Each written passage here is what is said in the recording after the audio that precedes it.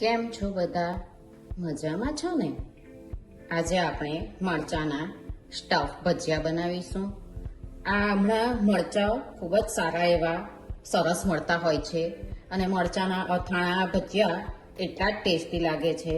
જો અંદરથી પણ આ રીતે એટલા જ સરસ છે. ચાલો આપણે બનાવવાનું શરૂ કરીએ.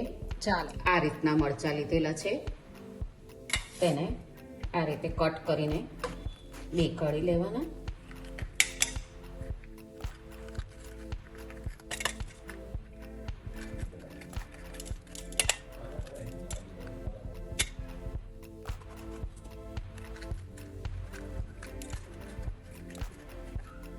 બધા મરચાંમાંથી બે કાઢી લીધા છે ને સાઈડે રાખીને બે બટાકાને બાફીને મેશ કરી લીધા છે.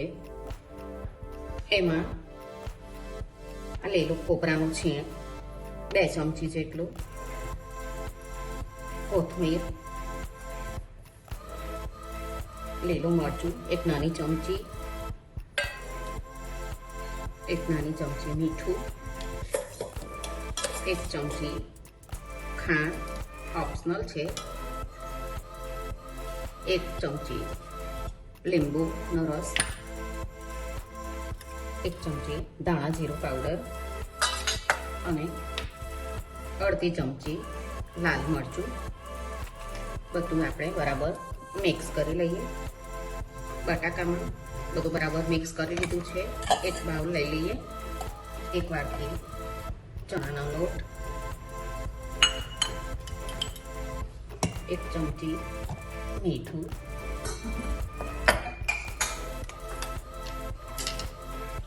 1/2 ચમચી હળદર પાવડર અને પિંચ હિંગ લઈએ. પિંચ ખાવાનો સોડા. બધું બરાબર મિક્સ કરી લઈએ. લોટ બાંધી લેવાનો. થોડું થોડું પાણી લઈને જાડો બેટર બનાવશું. આ રીતનું જાડું જ રાખવાનું. એક મરચું લઈ લેવાનું, થોડુંક બટાકાનું આ રીતે. એક આ પનીર મેં કાપી લીધું છે, તમે એના વગર પણ આ બનાવી શકો. અને ચીઝના પણ મેં ટુકડા કરી લીધા છે.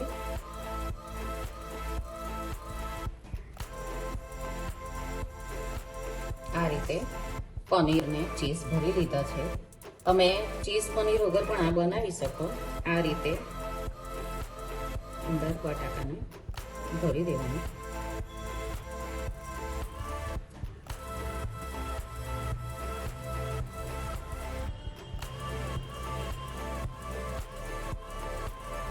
આ રીતે બધા ભરી લઈએ આપણે.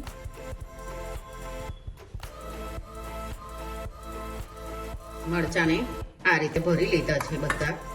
એને બેસનમાં ડીપ કરીને તરી લઈએ. ગરમ થઈ ગયું છે. ગેસને ધીમો કરીને આ રીતે મરચાંને બેસનમાં ભરીને તળી લઈએ.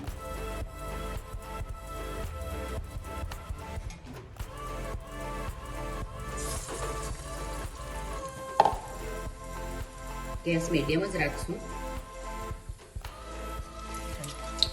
આ રીતે આપણે બધા તળી લઈએ.